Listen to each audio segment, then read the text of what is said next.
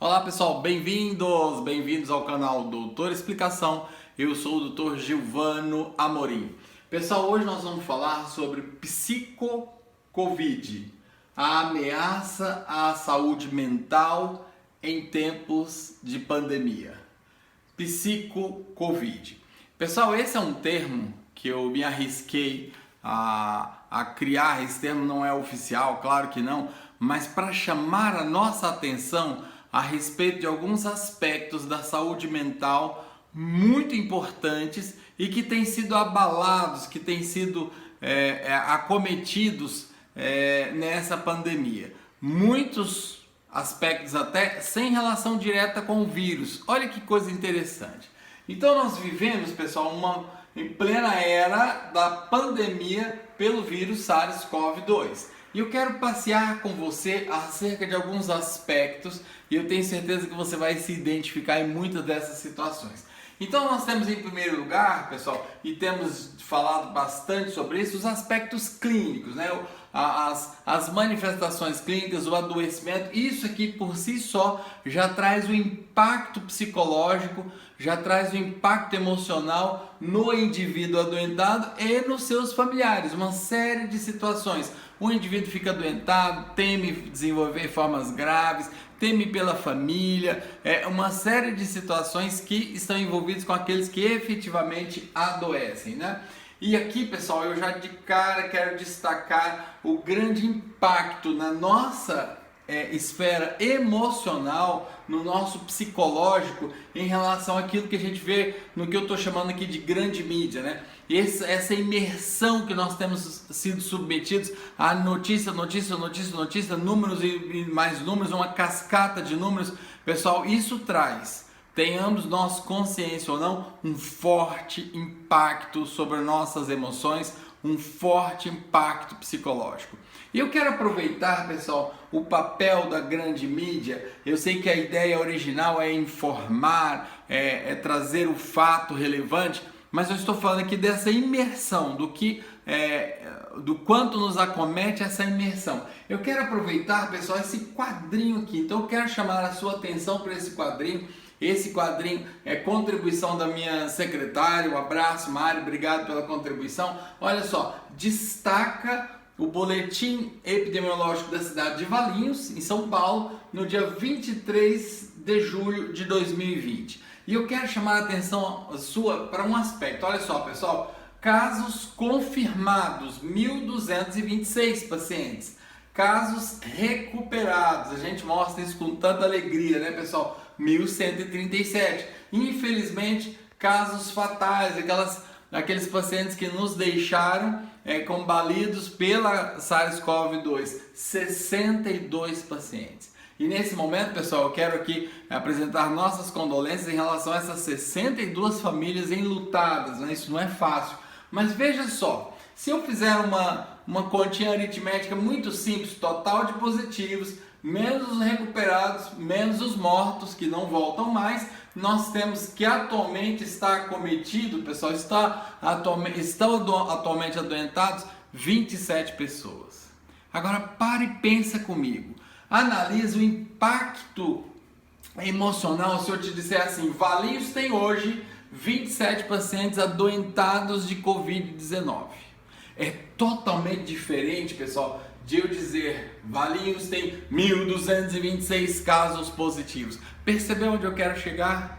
Nós precisamos ser inteligentes, nós precisamos ser reativos em relação a essa imersão, essa profusão de dados que nos acomete, a qual nós somos expostos e que, sem dúvida, pessoal, traz um impacto psicológico sobre nós. Esse é um belíssimo exemplo disso. Muito bem, então vivemos em pleno isolamento social, né? É a avó que não vê o neto, é o filho que está com saudade da mãe, é o pai que não visita a filha, estamos isolados. Sendo o homem um ser social, sendo o homem um ser relacional, isso traz, pessoal, um grande impacto ao nosso dia a dia, um grande impacto emocional, um grande impacto psicológico. Muito bem, e veja que aqui nem estou fazendo juízo de valor se é certo ou não o isolamento. É claro que a gente sabe que O ajuntamento, ele é um elemento transmissor sem dúvida nenhuma, mas eu quero te apresentar o impacto psicológico do isolamento, que eis que se prolonga, pessoal.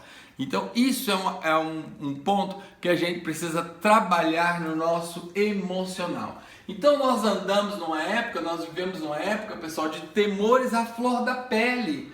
Tememos a perda do emprego, tememos a quebra da nossa empresa, tememos o fechamento do nosso negócio, tememos que o abastecimento não se dê mais, tememos que a ordem social se perca, tememos adoecer e em adoecendo tememos contrair uma forma grave e em contraindo uma forma grave tememos vir a faltar. Quantos temores, quantos sobressaltos vivemos nessa época, nesses dias. O que será do futuro? O que nos acontecerá? Até quando vai ser pandemia? Isso vai acabar mesmo?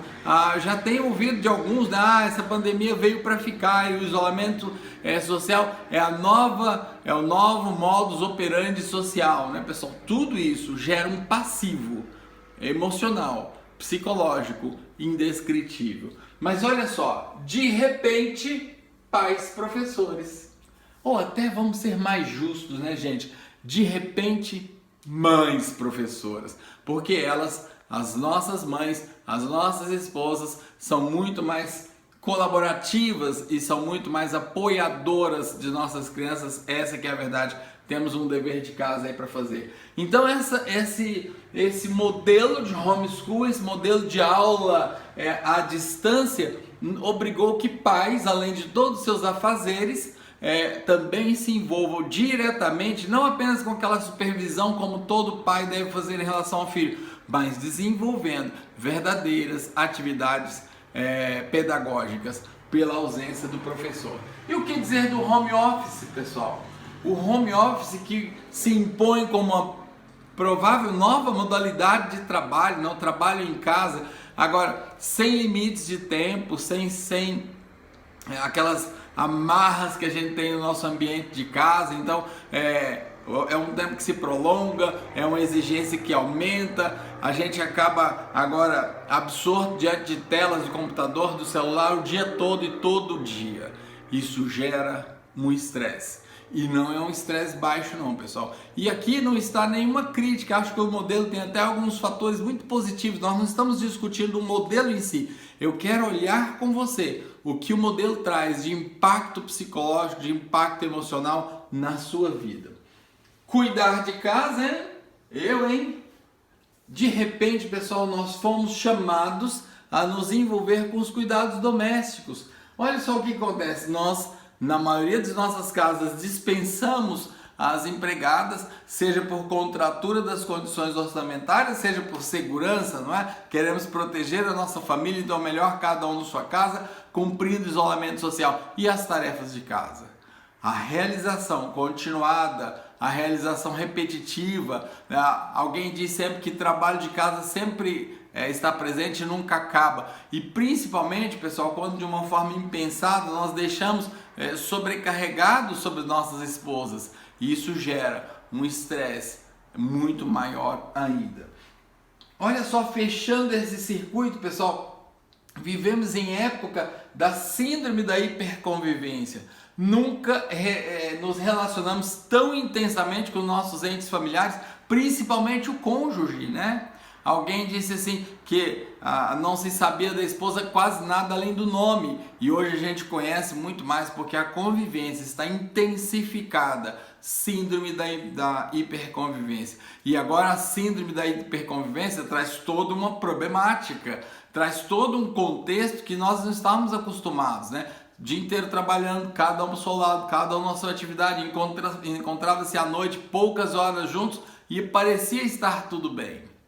Mas quando você tem uma imersão de relacionamento, como a gente já tem vivido esses dias, síndrome da hiperconvivência, é que os problemas de estresse aparecem. Não é à toa, pessoal, que já se tem observado, inclusive em países como o Japão e China, um aumento absurdo no número de divórcios passado a pandemia, por conta da hiperconvivência, por conta de não suportar o estresse da hiperconvivência. Olha só, além da hiperconvivência, pessoal, a síndrome do hiper-eu. O que eu estou chamando de síndrome de hiper-eu? É aquele instante que a gente se vê mais diante de nós mesmos, né? Nós estamos mais parados em casa, mais reflexivos, quer queiramos, quer não, diante de macro condições, né, humanas, como por exemplo a perspectiva de morte ou de adoecimento, e de repente a gente tem conflitos com o próprio relacionamento interno. As crises individuais aparecem, as crises pessoais, as crises internas sobressaem nesse momento. Síndrome do hiper-eu, como eu tenho chamado. Então agora imagina isso acontecendo simultaneamente com a síndrome da hiperconvivência, e o que é pior, né, pessoal? Muitas vezes as pessoas perderam da sua individualidade. Há uma diferença entre compartilhar o mesmo teto, compartilhar o mesmo espaço e perder a individualidade. Aquele território, aquele espaço, aquele momento de ser a própria pessoa na sua individualidade, nas suas mais diferentes facetas, né? Exercício da individualidade. Ao perdê-lo, a gente tem uma fonte muito intensa de estresse. Então, pessoal, esse circuito forma o que nós temos chamado de psico-Covid, não é? Esses aspectos psicológicos relacionados à Covid, muito mais relacionados com seus fatores do que exatamente com a presença do vírus. Por isso que a gente acabou chamando também de pseudo-Covid, né? Não é que seja uma ação direta do vírus, é uma ação circunstancial de tudo isso que a gente colocou. E pessoal, outra razão não é que um intenso estresse, o estresse em alta.